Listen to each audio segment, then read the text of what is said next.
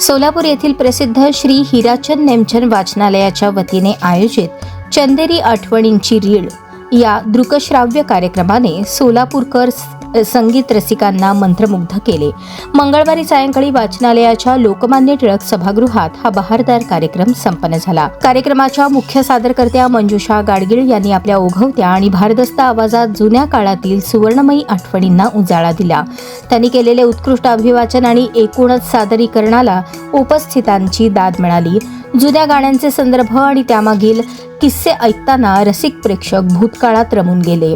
या दृकश्राव्य कार्यक्रमाला रुद्रेश वदलुरे यांनी उत्कृष्ट तांत्रिक सहकार्य केले।